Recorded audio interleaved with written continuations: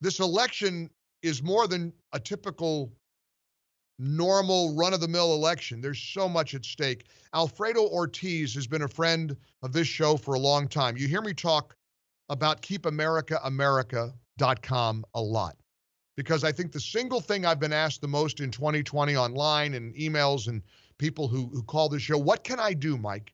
And along comes Job Creators Network.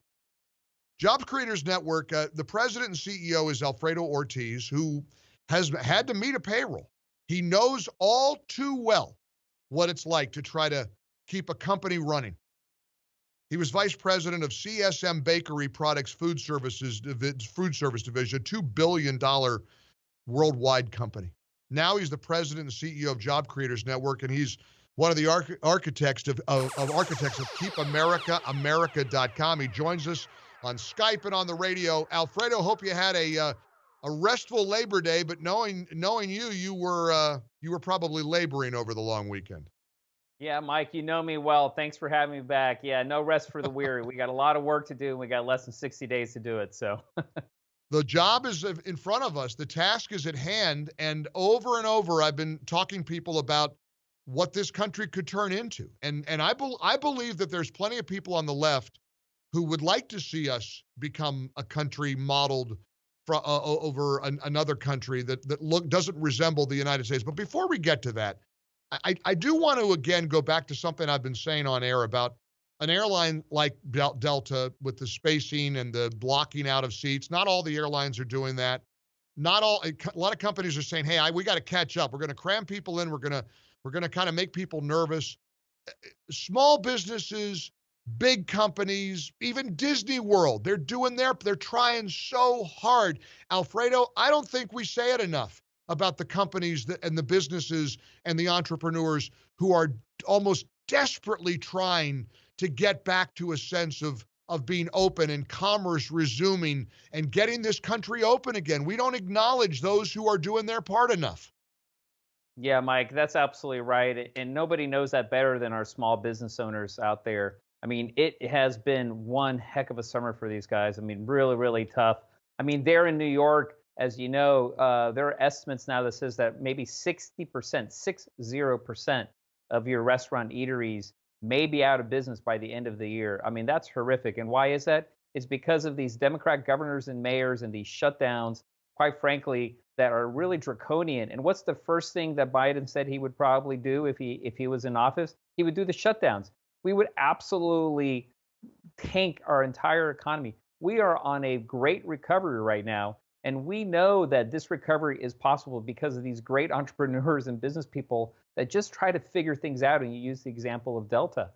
And that's the one thing that keepamericaamerica.com is kind of the second phase of our campaign, really going all the way into November, is that we are against these policies that are going to threaten our way of life, the great American dream story that you're benefiting from, and I'm benefiting from. Our founder Bernie Marcus benefited from.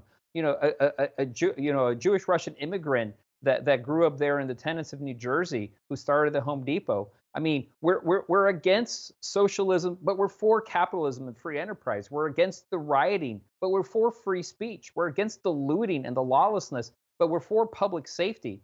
And that's what we're asking people to do in our campaign of keepamericaamerica.com, is to do a little, do a lot, but do your part, because we cannot take anything for granted at this point. And quite frankly, I hear the Republican Party say, "Oh, look, we snuffed or we smoked out Biden out of his basement." It actually wasn't the party; it was truth. It's inconvenient truth of that smoked out Biden out of his basement, right? Because he's not out of the basement yet. I mean, my goodness, the day after Labor Day, you don't have a single campaign event or any kind of event on your schedule. What did he do yesterday? And I mean, Alfredo, what's going on here? And you saw the clip where he looked like he was reading an answer from a teleprompter, and he seemed he was winded. He sounded, I mean, Alfredo, I'm not trying to be cruel. He sounds ill, and he's not leaving the house. Well, that's why I was actually so upset, right after the jobs number came out. And he had that fake press conference. I mean, what a joke that was. And pretending that he's for small business. I'm sorry, but I'm going to continue to harsh on this, because there is nobody that is more anti-small business in the Democrat Party at this point, and especially the policies that they're going to put place and some of the regulations. And when you think about more red tape that's going to be put on by the Green New Deal, when you think of the $4 trillion in new taxes, I mean, these guys are so out of touch with reality, it's not even funny. So when you think about what's at risk again, right? I mean, there's so much at stake. And I'm an arts guy. I love the theater. I'm an amateur actor on the side, and I've done, I love going to theater. The arts, they're in trouble. Andrew Lloyd Webber, oh yeah, who of course this gigantic theater legend, told, I think, the British Parliament it was this week, that the performing arts are at a point of no return, where there are many, many theatrical venues, concerts, arenas. They're not coming back, Alfredo. And you know what Andrew Lloyd Webber's plea was to the British Parliament? Give us a date. Tell us when we're going to be able to go back to work. You've got Trump is pushing. Let's get this country open again. Let's get the world open again. Biden, and in case, again, you said something that is so important, I'm going to play it again. I want to play it in case anybody doubts what you just said about what Biden's promise was. We've heard Fauci over and over say, hey, my default is to overreact. If I'm overreacting, I'm doing it just right. You don't think Dr. Fauci and the scientists would tell a President Joe Biden, shut this country down again? And Biden confirmed it weeks ago. Here he is with David Muir on ABC News. I would be prepared to do whatever it takes to save lives, because we cannot get the country moving until we control the virus. That is the fundamental flaw of this administration's thinking to begin with. In order to keep the country running and moving and the economy growing and people employed, you have to fix the virus. You have to deal with the virus. So if the scientists say shut it down? I would shut it down. I would listen to the scientists. I would shut it down. Alfredo Ortiz, president and CEO of Job Creators Network, sponsors and producers of Keep America, America.com. Do you think anti-Trump people, Trump haters, have any acknowledgement of the pain, the anguish that promise causes them as they're desperately trying to keep food on their family's table? Mike, here's what it comes down to. Even if they did, they don't care. That's the problem. They don't care. They don't care of the pain. Like I said, imagine in New York, 60%, possibly by end of the year, 60% of your eaters, your restaurants may be out of business. You know what that means? Right. All those bartenders, the waitresses, the hostesses, the restaurant owners. I mean, think of the impact that's going to have on New York City alone. And this is replicated across the country. I mean, we're not just talking New York City. We're talking a lot of these cities, again, that have these Democrat mayors, these Democrat governors, that quite frankly have one thing in mind, and that's just control and power. And that's literally what it comes down to. And it's shameful. And shame on Biden and shame on Harris, because instead of celebrating the fact that we may have a vaccine in October, November-ish, Mike, which is like unprecedented because of Operation Warp Speed and what the Trump administration and Vice President Pence also was doing there, right? Because of that, we have this record-setting vaccine possible. Instead of celebrating, what are they doing? They're adding just anguish to the American public by creating doubt about it. That's shameful, and they should be called out on that, because that is so un-American, and it just makes me really upset. No, me too. It's despicable. And equally appalling is the fact that every election year, millions of people stay home.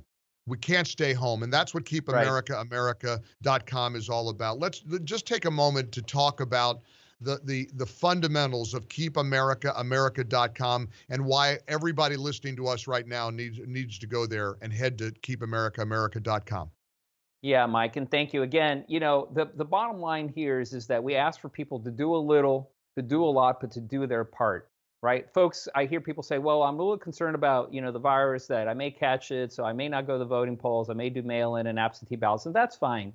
But I will say this, if you can go to the grocery store, if you can put gas in your car, right, you can go to a voting booth in November. They're going to take the right safety precautions to do that.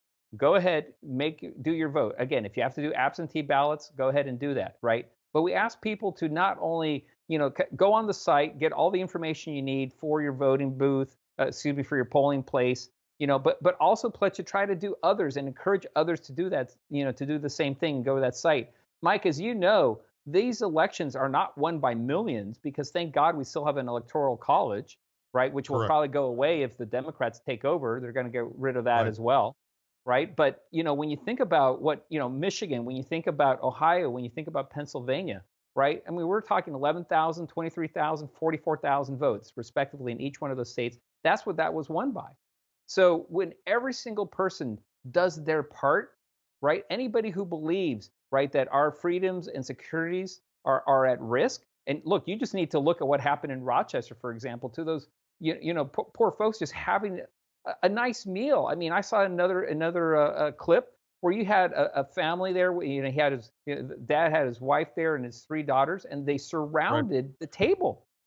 I mean, I don't know what you would do, Mike, but I have to tell you, I would probably not be very happy with that. And I don't know if I would exactly be doing. Alfredo, the peaceful protesters were grabbing their drinks off their table and gulping down their drinks and putting the cup back in front of them. That's what a peaceful protest looks like to people, I guess. I mean, it's insane.